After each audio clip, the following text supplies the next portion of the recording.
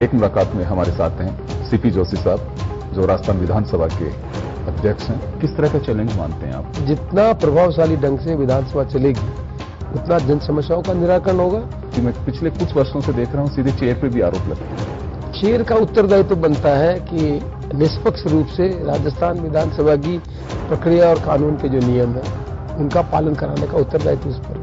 कैसे भरोसा कर रहे हैं इस हालात में कि अच्छे लोग सुन करके आएंगे? कोई भी सरकार है वो जी जनता के प्रति अकाउंटेबल होकर पॉलिसी नहीं बना रही है तो वो रिपीट नहीं हो रही। तो ये मोटे तौर पर यह है कि अब कंपेल कर रहे हैं लोग मतदाता। एक मुलाकात गुरुवार शाम 6:30 बजे और रविवार।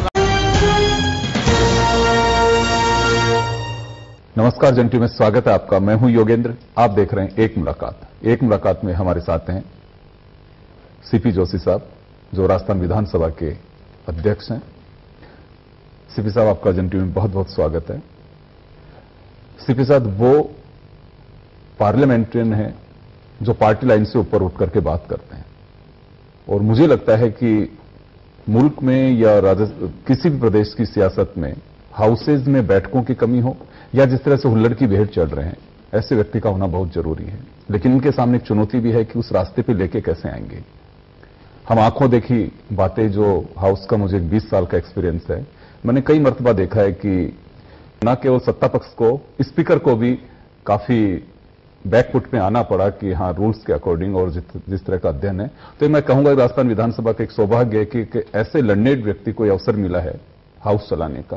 सीपी साहब, चुनौती बड़ी है आपके सामने, और मुझे जो लगता है आपके स्वभाव के अनुसार हाउसेज की व्यवस्था सुधरनी चाहिए। निश्चित तौर पर प्रजातांत्रिक व्यवस्था में विधानसभा का महत्व यही है। विधानसभा वो प्लेटफॉर्म है जहां अलग अलग दल के लोग जीत के आते हैं, जनता की समस्या को उठाते हैं, प्रदेश के विकास की कल्पना करते हैं।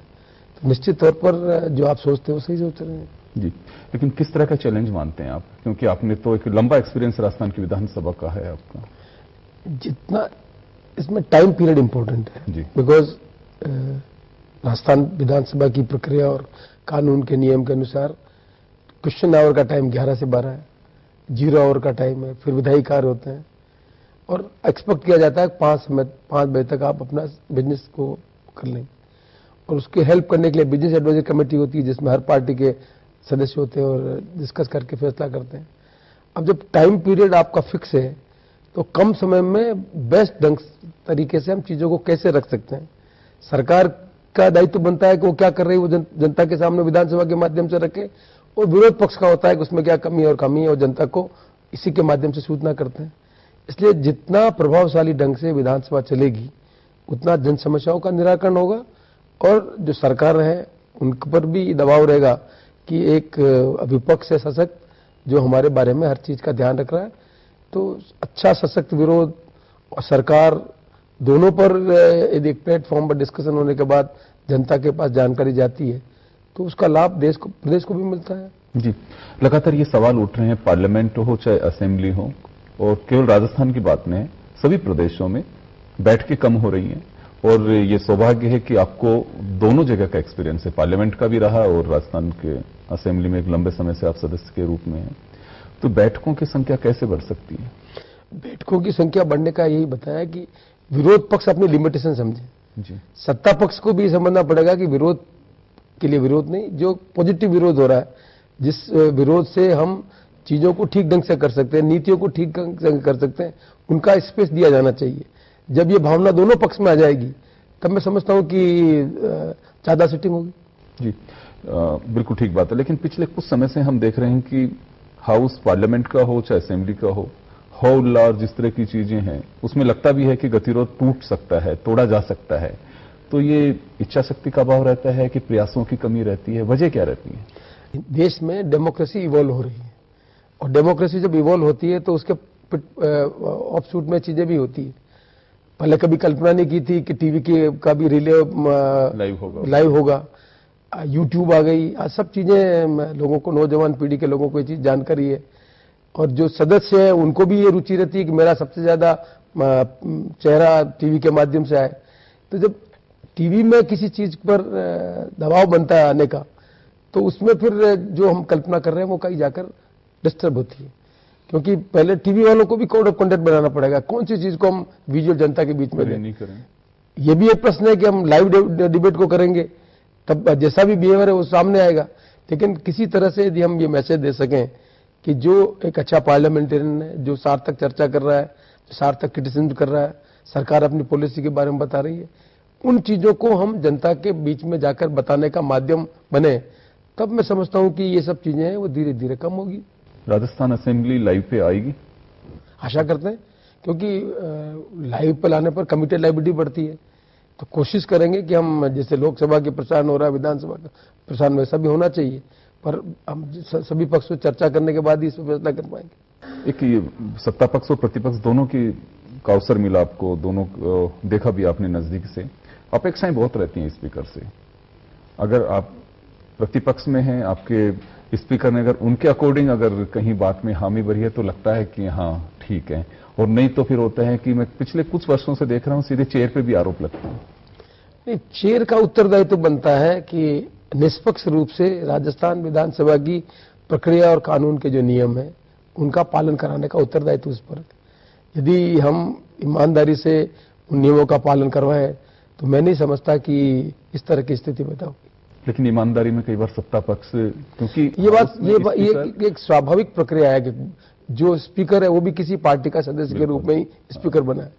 लेकिन जब आप पद पर बैठे हैं तो आपका बिहेवियर भी लोग देख रहे हैं, तो जो पद पर बैठा उसकी जिम्मेदारी बनती है कि उस पद का ईमानदारी से निर्वहन करे। उस पद पर बैठने वाले से अपेक्षा की जाती है कि वो प्रक्रिया और नियम का ईमानदारी से पालन करवाए। पैनल और जो स्पीकर के सहयोगी होते हैं, कुछ अपनी इच्छा से आप लोग ले पाते हैं या फिर कहे जाते हैं कि बिल्कुल पार्टियों से कि इन लोगों को लो? नहीं, कोशिश की जाती है जिसका एक्सपीरियंस हो, जिसको हाउस में बैठने का, विधायी कार्यों में रुचि हो, उन्हीं को प्राथमिक रूप से लिया जाता है। हाउस परंपराओं से, नियम कायदों से चलता है और परंपराएं तभी बनी रहेंगी जो सीनियर्स उन्हें फॉलो करने के लिए सामने वालों को प्रेरित करें। तो ऐसा कुछ आप करवाएंगे कि जो नए एमएलएज हैं उनकी क्लासेज हों या फिर सीनियर्स कोई भी पार्टी के, वो लोग थोड़ा उन्हें बताएं? पास्ट में ये देखा गया है कि बहुत ज्यादा रुचि इस तरह के कार्यों में नहीं लेते जी। लेकिन जिनको पार्लियामेंटेरियन बनना है वो सब्जेक्टिव है, वो खुद ही अपने आप सदन में ज्यादा समय बैठता है, जो सीनियर है उनका बिहेवियर देखता है, रूल्स और रेगुलेशन को पढ़कर आता है। तो आप देखेंगे कि रिटेंशन है किसी भी असेंबली में 5 साल की टेन्योर में, जब नई विधानसभा बनती है तो रिटेंशन 30% से 35% है। इसका मतलब ये हुआ 65% हर बार नए विधायक की जीत कर आते हैं। बिल्कुल। और उनमें से कुछ ही लोग अच्छे पार्लियामेंटेरियन होते हैं। तो ये तो प्रोसेस ऑफ एलिमिनेशन है। जिसको शौक होता है वो चीजों को सीखता है, हाउस में बैठ के भी सीखता है, सीनियर आदमी के बिहेवियर से भी सीखता है और नियम और कानून को पढ़ के भी सीखता है। जी, लेकिन मुझे जो लगता है कि उन्हें प्रेरित किया जाना चाहिए, क्योंकि जो चुन के आ रहा है हाउस का हिस्सा है वो, अगर वो इंटरेस्ट नहीं लेंगे तो बड़ी मुश्किल होगी। हर पॉलिटिकल पार्टी विनेबिलिटी पर आ गई है। बिल्कुल। तो आपका असेंबली में क्या परफॉर्मेंस है, जब तक मतदाता इन बातों को नहीं होगा कि हमें किस तरह का विधायक चुनना है, उनमें यदि प्रीडोमिनेंटली पार्टी जब सिलेक्शन करती है कैंडिडेट का, उसमें पार्लियामेंटेरियन कौन है उसका ध्यान रखे और जो अच्छा पार्लियामेंटेरियन है उसको मतदाता वोट दे, तब जाकर मैं समझता हूं कि ये चीजें ज्यादा बड़े पैमाने पर अच्छी रूप में। एक चर्चा का विषय भी रहता है सर, और आप महसूस भी करते होंगे कई बार बहुत अच्छी डिबेट होती है, मुद्दा होता है या कोई बिल होता है जिस पर चर्चा होती रहती है, लेकिन हाउस में जो मेंबर्स की संख्या होती है काफी कम होती है। तो मैंने कहा ना, प्राथमिकता क्या है। हाँ। यदि हम जनता की सेवा करने के लिए किसी पार्टी की विचारधारा को ज्वाइन करके विधायक बनकर आ रहे हैं, तो हमारा उत्तरदायित्व बन जाता है कि हम ज्यादा से ज्यादा विधानसभा के डिबेट में पार्टिसिपेट करें, उनके जितने भी डे के प्रोग्राम जो है उनमें एक्टिव पार्टिसिपेट करें। ये जब तक भावना नहीं होगी तब तक ये क्राइसिस पैदा होता रहेगा, क्योंकि हमने क्राइटेरिया जब विनेबिलिटी बना दिया तो जो इलेक्ट होकर आ रहा है आदमी उसकी प्राथमिकता ही अलग है। जब प्राथमिकता अलग होगी तो फिर आप उनसे क्यों आशा करते हो कि भाई पार्लियामेंटेरियन के रूप में वो सक्सेस होगा। पार्लियामेंटेरियन का जो कॉन्सेप्ट है उसको दूसरे ढंग से देखने की जरूरत है। जब कानून बन रहे थे तब सबसे ज्यादा डिबेट हाउस में हो रही थी। इसी राजस्थान विधानसभा में जब कानून बने खासतौर से रेवेन्यू के, तब आप उठा के देखिए लंबे समय तक बहस होती थी। बहस ही नहीं होती थी। कानून बनाने के लिए जो पार्टी सत्ता में थी वो पहले अपने पार्टी के अंदर चर्चा करती थी, उसके बाद वो बिल हाउस में आता था और फिर दूसरी विपक्ष वाले उसमें चर्चा करते थे। तो पार्टी के जो सदस्य हैं वो पहले कानून बनाने में एक्टिव भाग लेते थे। अब तो जो सरकार है उसका जो ब्यूरोक्रेट्स है वो जो कानून बनाता है वो कानून को लाकर हम हाउस में डिस्कस करते हैं। तो जब तक हम इस चीज को और आगे नहीं बढ़ाएंगे कि कोई भी कानून कोई भी पार्टी लाए उसमें सबसे ज्यादा कानून बनने से पहले उनके पार्टी के सदस्यों के बीच में चर्चा हो और फिर वो यदि कानून बनेगा तो मैं समझता हूं कि और अच्छे ढंग से चीजों को डिबेट होना चाहिए। और ये कोई नई बात नहीं, परंपरा रही है राजस्थान विधानसभा की। लेकिन ये बड़ा दुखद विषय है क्योंकि ये डेमोक्रेटिक टेम्पल है हमारा, ये संविधान और मैं तो कहूंगा कि गीता, बाइबल, ये हमारे इंडिविजुअल रिलीजियस मैटर है, बट ये पूरे प्रदेश को चलाता है, तो हम इसे इग्नोर नहीं कर सकते हैं। अगर ये व्यवस्था कहीं पे डाइवर्ट हो रही है, गड़बड़ा रही है, तो मुझे लगता है कि आप जैसे सीनियर लीडर्स को इसकी पहल करनी चाहिए। नहीं, मैं ये मानता हूं कि समय परिस्थितियां बदलती है और नई पीढ़ी के लोग हैं वो आशा करते हैं कि हमारा जो प्रतिनिधि है वो वेल वर्स हो, चीजों को ठीक ढंग से प्रेजेंट करें। तो जो ये जनरेशन बदल रही है वो जनरेशन कंपेल कर देगी कि हाउस में अच्छे पार्लियामेंटेरियन के रूप में काम करने का सबको बाध्यता होगी। और आप देखेंगे कि आने वाले वर्षों में इन चीजों में और ज्यादा इंप्रूव होगा। और आप जो अप्रिहेंशन कर रहे हैं उसका उल्टा होगा कि हाउस में परफॉर्मेंस करना पड़ेगा, पार्लियामेंटेरियन के रूप में अपनी भूमिका का निर्वहन करना पड़ेगा। और जिन लोगों का पार्लियामेंटेरियन के अलावा इतर इंटरेस्ट है उन लोगों की संख्या धीरे धीरे कम हो जाएगी। चलिए, सीपी साहब के साथ हमारी एक मुलाकात जारी रखेंगे। छोटे से ब्रेक के लिए रुकेंगे, ब्रेक के बाद जल्द लौटते हैं।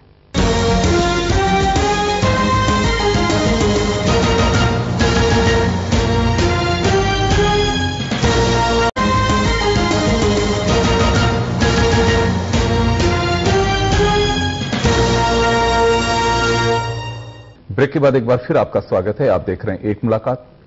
एक मुलाकात में हमारे साथ हैं डॉक्टर सीपी जोशी साहब। जोशी साहब, हम चिंता है कि ये, क्योंकि मुझे कई बार लगता है, कई बार लिखा भी है कि पार्लियामेंट हो चाहे असेंबली हो, संख्या, डिबेट, आपका खुद का भी एक बार का मुझे अच्छे से ध्यान है कि 2003 से 8 का भाजपा गवर्नमेंट का जब कार्यकाल था, आपने ऑब्जेक्शन किया था कि 3 बिल एक साथ पास कराए गए थे, प्राइवेट यूनिवर्सिटीज के बिल आ रहे थे, तो बड़ा चिंता का विषय था कि एक साथ इतने बिल पास नहीं कराए जाने चाहिए, जनता पे क्या मैसेज जाएगा, किस तरह से फ्यूचर में इम्प्लीमेंटेशन और उसके मेरिट्स डिमेरिट्स क्या होंगी। तो बिना चर्चा के कोई भी गवर्नमेंट हो बिल पास कराते हैं और सरकारों पे आजकल ये ठप्पा लग गया कि जितना काम जितनी जल्दी निपट गया बहुत अच्छा। तो ये धारणा हो तो गई, चलिए, लेकिन बदलने की आवश्यकता है। कैसे बदलेंगे इसमें? नया जो मतदाता है वो जागरूक है, उसके पास इंफॉर्मेशन बहुत ज्यादा है और उसकी एक्सपेक्टेशन भी है कि जिसको मैं जनप्रतिनिधि चुन रहा हूं वो काम परफेक्ट ढंग से करे। इसलिए आने वाले समय में इस देश में बड़े पैमाने पर आप देखेंगे कि जो नए मतदाता वो कंपेल करेंगे कि पार्टी को भी कि कैंडिडेट आप ऐसा चुने जिनकी रुचि पार्लियामेंटेरियन में हो और वो परफॉर्म कर सके एक पार्लियामेंटेरियन के रूप में अपनी भूमिका को।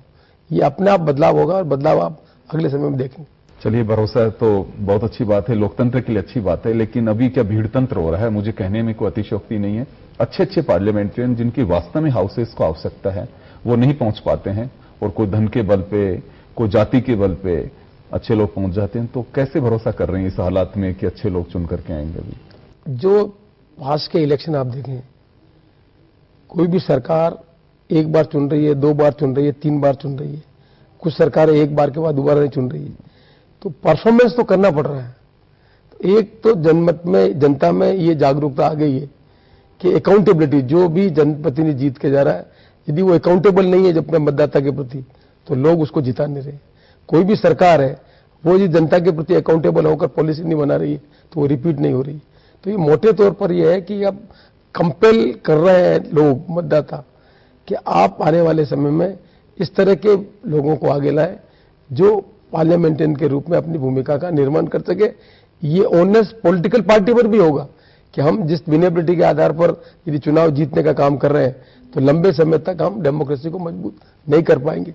तो धीरे धीरे आप देखेंगे पार्टियों को भी कंपेल होकर इस तरह की व्यवस्था में परिवर्तन करना पड़ेगा। पिछले कुछ हाउसेज में एक आरोप लगते रहे हैं कि क्वेश्चंस खारिज कर दिए जाते हैं या उनके जवाब समय पर नहीं मिलते हैं। ये भी कहा गया कि 14 के जो सवाल थे वो जैसे असेंबली खत्म उसके साथ में क्वेश्चन भी रिजेक्ट कर दिए गए। तो परंपरा कुछ ऐसी है कि टाइम बाउंड करके क्वेश्चंस के आंसर एमएलएस को दिलवाए जाएं। मैं तो इस बात सहमत हूं, जितना क्वेश्चंस डिस्कस होंगे, जितने क्वेश्चंस असेंबली के द्वारा सरकार के पास जाएंगे उतना ज्यादा प्रभावशाली ढंग से लोकतंत्र मजबूत होगा। किसी भी सरकार की यह उत्तरदायित्व होता है कि हम ईमानदारी से सरकार पर दबाव बनाकर जो जनप्रतिनिधि क्वेश्चन पूछ रहा है उसका समय पर जवाब दिलवाएं और उसमें कोई कमी और खामी नहीं होनी चाहिए। और आने वाले समय में देखेंगे कि इस टेन्योर में हम पूरी व्यवस्था करेंगे कि इस तरह की स्थिति नहीं पैदा हो। जी, टाइम बाउंड आप करेंगे कि बिल्कुल क्वेश्चन के होने चाहिए, क्योंकि मुझे ध्यान है कि इसी असेंबली में बाकायदा अधिकारियों को बुला करके पाबंद किया गया है, चीफ सेक्रेटरी को भी बुलाया गया है कि भाई क्वेश्चंस के जब इतना पैसा खर्च होता है, मेहनत करके कोई एमएलए आता है और उसके उत्तर नहीं मिल पाते हैं, तो किस तरह से बाउंडेशन करेंगे या फिर एक टाइम पीरियड तय करेंगे? ये तो उनकी अकाउंटेबिलिटी है, वी कांट रिफ्यूज, ये तो उनका मैंडेटरी रूल है। इसीलिए आपने देखा होगा कि हमने जब ये सेशन हुआ है तो 8 से 10 क्वेश्चन हमने डिस्कस किए, जवाब दिए और हमने रेस्ट्रिक्ट किया कि जो क्वेश्चन पूछ रहा है वही सप्लीमेंट्री पूछेगा।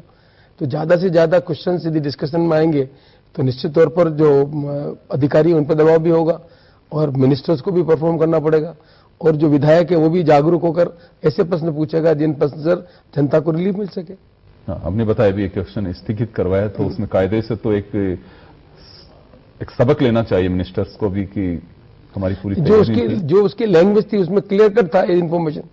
तो ये जवाब में ये जरूरी था कि जो सूचना विधायक ने मांगी है उस सूचना का समावेश होना चाहिए था और इसीलिए हमने उस पर निर्णय किया।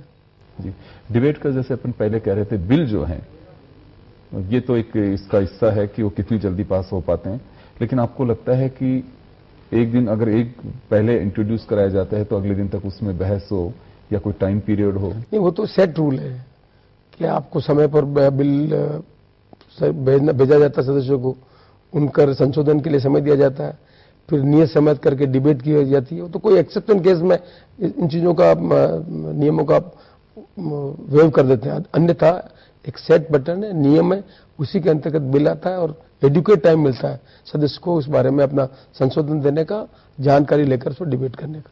पर अनफॉर्चुनेटली कम लेजिस्लेटर इसमें भाग ले रहे हैं, ये चिंता का विषय।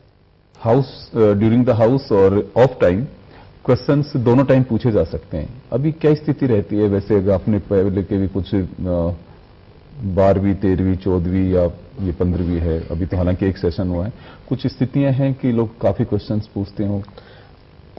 शुरू में हुआ, नए विधायक को मालूम नहीं होता कब क्वेश्चन देना नहीं होना। अगले सेशन तक मैं समझता हूं कि जागरूकता आ जाएगी और समय पर प्रश्न आएंगे, उनके सभी सदस्य भाग प्रश्न पूछेंगे और समय उनको उत्तर भी मिलेगा, चाहे सेशन हो या सेशन के बाद। पिछली विधानसभा में एक बात रही कि प्रश्नों को रद्द कर दिया गया और बड़ी संख्या में किया गया, काफी पेपरबाजी भी हुई उसमें, तो ये व्यवस्था आनी चाहिए वापस। प्रश्न रद्द करने के नियम हैं जी, किस तरह का प्रश्न पूछा जाए उसके बारे में नियमों में व्यवस्था है। मैं समझता हूं कि इस तरह की व्यवस्था होने के बाद ऑनस है हम पर कि हम उन नियमों का पालन करके प्रश्न को रिजेक्ट करें या एक्सेप्ट करें। मैं विश्वास करता हूं कि प्रश्न इसलिए रिजेक्ट नहीं किए जाएंगे कि वो डिजायरेबल नहीं है। यदि प्रश्न में कमी है तो हम कोशिश करेंगे कि उनको इन्फॉर्म करें सदस्य को कि अपने रूल्स के अंतर्गत उसको रीड्राफ्ट करके भेजें। एक ये चर्चा रहती है कि सत्ता पक्ष है, हाउसेज ज्यादा दिन नहीं चलें या चलेंगे तो उससे बचने की कोशिश करते हैं, ऐसा महसूस होता है आपको? कई बार चर्चाएं आती हैं। मैं ये मानता हूं कि ये विचार ही ठीक नहीं है, क्योंकि अल्टीमेटली चाहे सरकार में कोई हो चाहे विपक्ष में हो, काम करने वाली एजेंसी तो ब्यूरोक्रेट्स है। तो हम क्यों गिल्ट फील कर रहे हैं कि हम यदि विधानसभा के माध्यम से जनता के प्रति अकाउंटेबल हैं, तो ये जिम्मेदारी बनती है कि जनप्रतिनिधि चाहे सरकार में चाहे विरोध में वो ज्यादा से ज्यादा प्रश्न कर सके जिससे ब्यूरोक्रेसी अकाउंटेबल हो सके।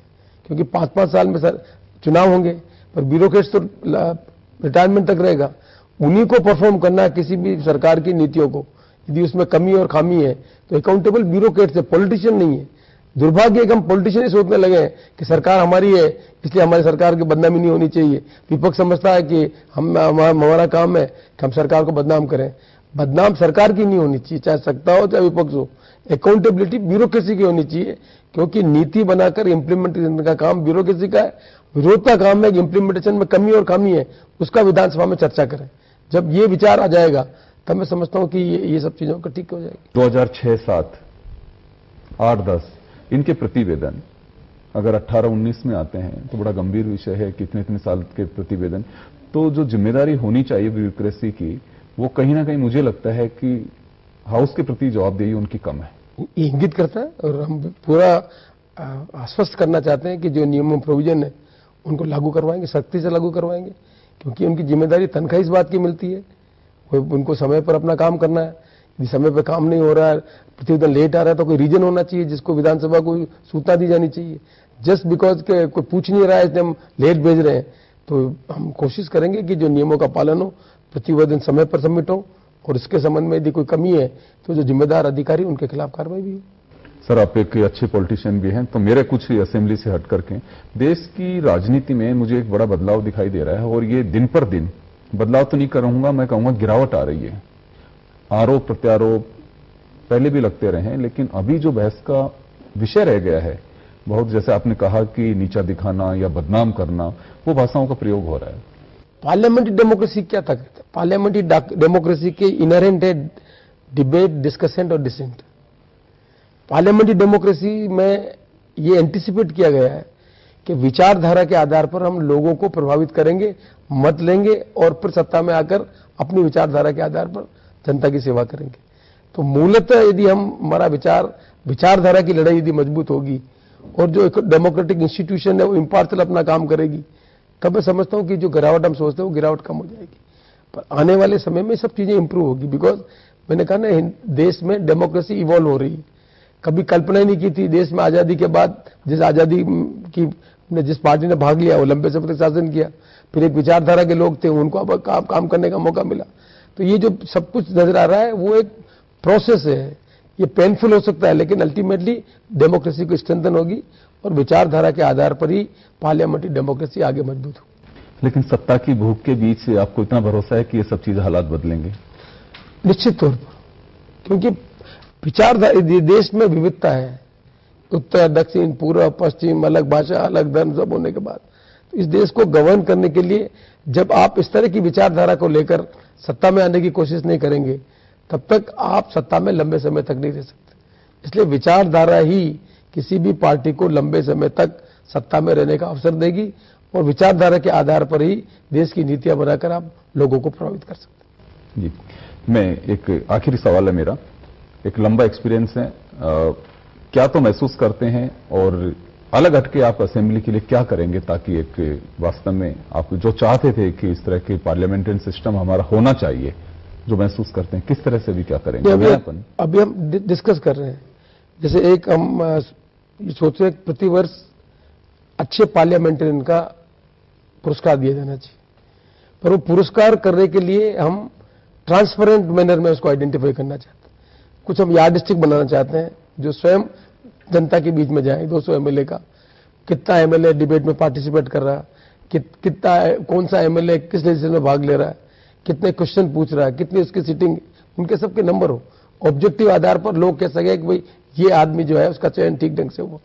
साथ में हम ये भी कोशिश करना चाहते हैं, क्योंकि पॉलिटिकल साइंस सब्जेक्ट हर जगह है, और पॉलिटिकल साइंस सब्जेक्ट में पढ़ने वाले लोग या पब्लिक एडमिनिस्ट्रेशन को पढ़ने वाले लोग के बारे में समझा जानते हैं कि भाई वो चीजों को जानते हैं about parliamentary democracy, parliamentary institution के बारे में भी जानते हैं, पर क्या हो रहा है ये उनको जानकारी नहीं है।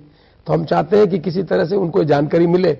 आज की डेट में IT से लिंक है, तो हम कोशिश करेंगे कि ये विधानसभा की जो प्रक्रिया है, जो काम करने का तरीका है, कमेटी जो काम करती है, असेंबली में जो फंक्शन होता है, असेंबली में क्वेश्चन आवर क्या होता है, 0 आवर क्या होता है, लेजिस्लेचर कैसे बनते हैं, ये जानकारी लाइव यदि हम स्टूडेंट को दे सकें तो मैं समझता हूं कि पार्लियामेंट के प्रति उनकी और रुचि बढ़ेगी। और यही हमारा दायित्व होना चाहिए कि देश में डेमोक्रेसी मजबूत हो, पार्लियामेंट्री डेमोक्रेसी मजबूत हो, और पार्लियामेंट्री डेमोक्रेसी मजबूत होगी तभी ये देश एक मजबूत देश के रूप में आगे बढ़ सकेगा। और ये हमारा दायित्व बनता है कि हम इस चीज को जनता के बीच में और खासतौर से नई पीढ़ी के बीच में पहुंचाएं। तो चलिए सीपी साहब, जो अपने एक बिल्कुल बेबाक और एक स्पष्टवादिता के लिए जानी जाते हैं, और मैं ऐसे वक्त पे जब ब्लो बेल्ट हिंदुस्तान की सियासत में बोल बोले जाते हैं और एक कहा जाता है कि देश की सियासत किस ओर जा रही है, ऐसे में सीपी साहब को भरोसा है कि आज नहीं तो कल देश की राजनीति करवट लेगी और हालात बदलेंगे। हम इस भरोसा को कायम रखें, और होना भी यही चाहिए, क्योंकि हमारे पुरखों ने कुर्बानी देकर देश को आजाद कराया, और अगर हम उस आजादी को और उस फिक्र का भी अगर भरोसा तोड़ेंगे तो मुझे लगता है कि बहुत मुश्किल होगा। और ये बनाए रखने के लिए हम सबको मिलकर के लोकतंत्र को मजबूत करना चाहिए और वही फिक्र होनी चाहिए। बहुत बहुत शुक्रिया सर आपका, और उम्मीद करते हैं कि आपको जो जिम्मा मिला है, एक वास्तव में राजस्थान असेंबली को कई प्रदेशों की असेंबली ने फॉलो किया है, वापस से वही स्वर्णिम काल लौटे, उसके लिए हम आपको शुभकामनाएं देंगे। और एक मुलाकात में बस इतना ही, दीजिए इजाजत, नमस्कार।